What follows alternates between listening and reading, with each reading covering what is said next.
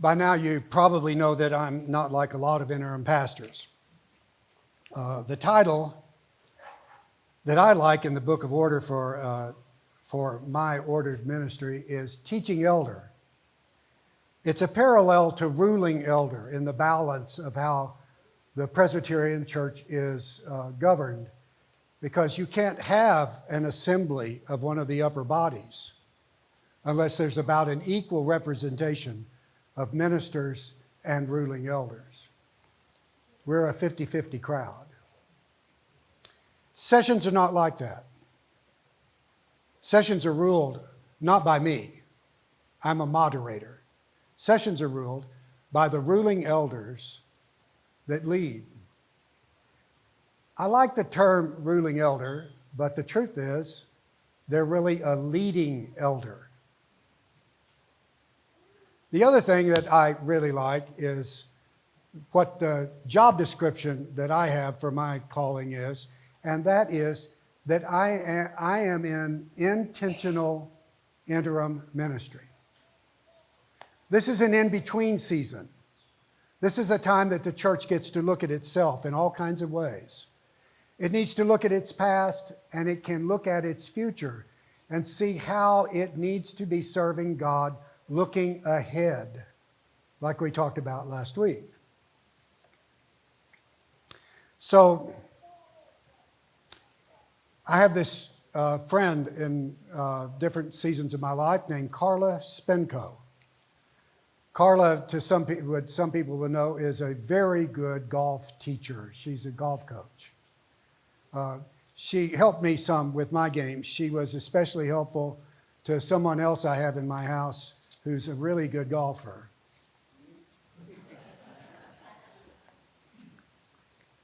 I just like to watch. She said something one day that I took to heart, and that has become a model for the way that I like to do my job. I asked her, Carla, why are you so good at this? I mean, you coach beginners and you coach pros. Why are you so good? She said, well, David, she said, I learned from somebody. My job is to find the one thing in your swing that corrects the four things that are going wrong. Doesn't that make sense? Because if you can find something that you change that will significantly change things in general, then that's the thing you want to be working on. And so in a season of intentional ministry, that's what I've tried to always do. That means that when I hit the ground running and I read a lot of stuff. And I did that with you. And one of the things I read with you was your church directory. That front has a lot of information in it about people and things and who does what and that kind of thing.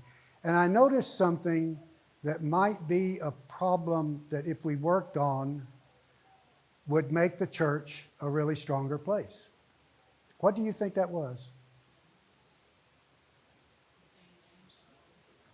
I'm not going to call names, and I'm not going to ask Sandy Nicholson to stand up. I saw the names of elders on session that were serving on 2 or 3 other committees. And I thought, how did this happen? How did this happen? Well, it happened by accident and kind of by design and kind of by a lot of other things. But the people who are supposed to be leading a ministry area with a group of people who are doers were the doers in other committees that compromises their attention and skill to lead. Do you see where I'm going with this? Intentional leaders need to be leading. Intentional members need to be doing. So we're having this recruitment fair. We're having this, what I like to call the great UPC talent search. This volunteer fair. We're more than volunteers. We're not really volunteering. We're serving. That's what we're doing. So we're having a service fair.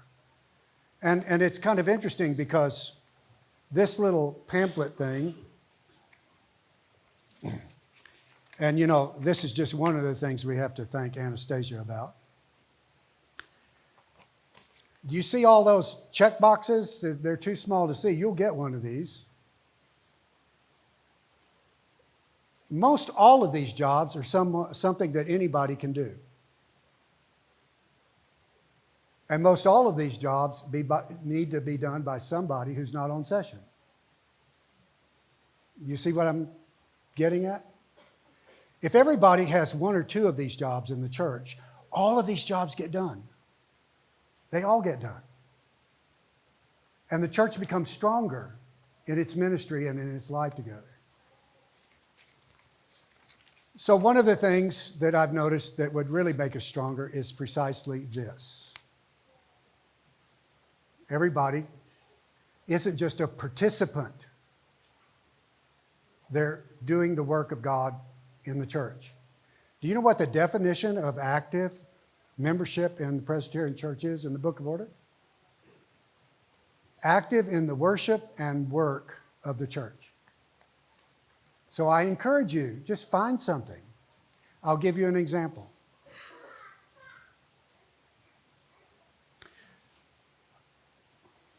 We have one of the most active committees in this church is welcoming and fellowship.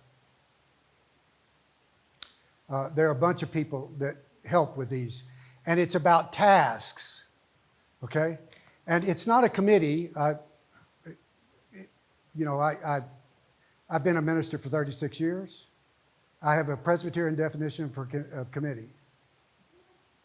A committee is something where you jump into the black hole of meetings. And nobody wants to jump into the black hole of meetings. But we have ministry areas, and we should really just have kind of work groups and teams. We want you to do a task. We don't want you to worry about the meeting. We want you to do a task. And that is done in a ministry area. So these leaders do that. COVID did a number on us, didn't it? We're coming out of COVID, aren't we? I mean, we really are. But one of the things that happened with COVID, and you remember it pretty well, we couldn't meet in this room. And it hurt us, didn't it? Because implicitly, sociologically, the church is one of the few completely personal institutions in America. We treat each other as people, as human beings. And face-to-face is the best way to do that. And it hurt us. As we've come back from that, something has happened that's nobody's fault. But we lost the people and the task of calling our guests after they come in to worship and say hello. The signature of this place is the authenticity of our welcome, isn't it? It's the signature. But we just lost the mechanics of an organized group of people that call people who come in and say, hi, how are you? And welcome, and we're glad that you worshiped with us. And another thing that is really good to do is say, what did you like about the place, and why did you hear about us? And would you be interested in coming back? We'd like to know that. Thank you. We don't have anyone doing that now. We really don't. Jennifer, would you stand up?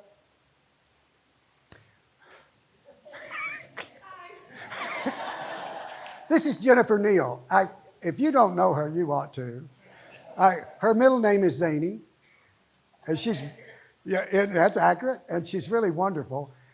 And she knows it. She was recruited to come on the session to work at the welcome part of welcome and fellowship, weren't you? And she would love to talk to you. I would. Yeah, she would love to talk to you, okay? So So you can grab her after church, but are you going to the table? Are you on your way to the table? Yes. Okay, well, she'll meet you at the welcome table. That's right. Okay. Oh, this is a great church. No, it's not a great church yet. It's a really good church. Okay. Let me find my place. There's another place that is really a great way for people to serve, and a great way for them to get to know other people, and a great way for them to learn about worship and a lot of other things. And that is with the ministry area we call worship. Greeters are the folks that stand out there and greet people and do things, and they're authentic people, and that's why they do it. And it's not a high-skill job, but it's an important job.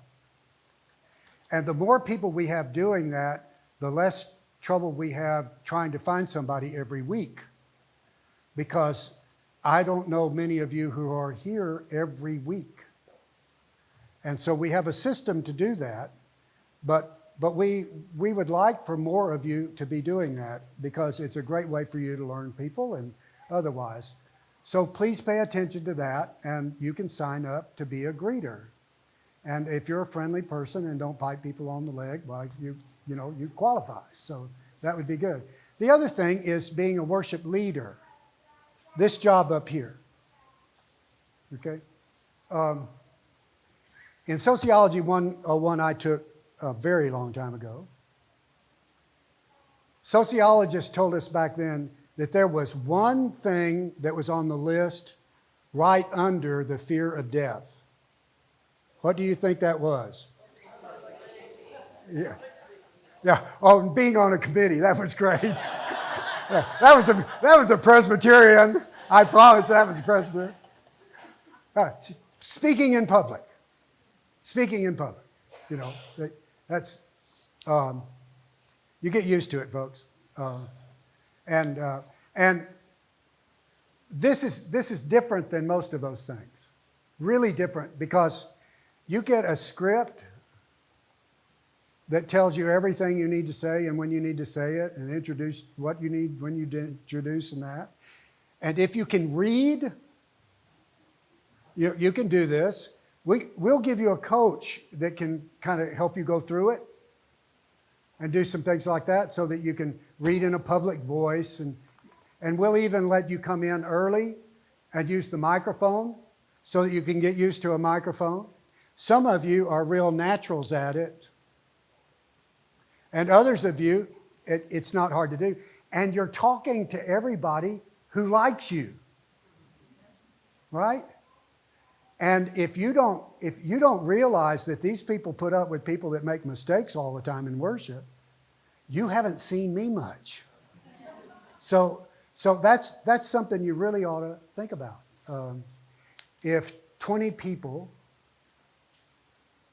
said, I'll do that 3 times a year, right? And then all of you would get to go know somebody a little better. It would increase our fellowship, and we'd have much less trouble on Thursday trying to chase down someone to do it. All right? Are you getting the point? If you can run a wheelbarrow, you can be on facilities and operations and come here for a work day. Believe me, I know. I brought my wheelbarrow. There are all kinds of things we can do. And the more of us that are doing those things, the more we can get done. And you know what will happen? This really good church will become a great church. That's how it will happen. When all of the members of the body are doing their exercises, we become a strong place. That's the way it works. A couple of weeks ago, someone was talking to me, a member of the church, and they said, you're not like a lot of interims. And I said, well, I'm afraid to find out what's coming next. And They said, no. He said, you're really in, aren't you? You're just not holding hands here, are you? You really do believe that we can do this, don't you? Well, yeah. I wouldn't be here if I didn't. And you shouldn't be here if you don't believe it either. Because you have been given a gift in this place. I know you have. I have seen a lot of other places. And you have been given a great gift. And to whom much has been given, what? Much is required. This place has to come first. This is not a social club. I talked to you last week about that. This is a church. This is the body of Christ in this place. And you can be a witness. And your target market is crying out for a decent church. Isn't it? Some of you were that market and you came in here. A lot of people have walked out of a bad church. Let's just get honest. And they gave up and think all churches are alike. And our message is, man, we've got a church for you. We've got a church for you.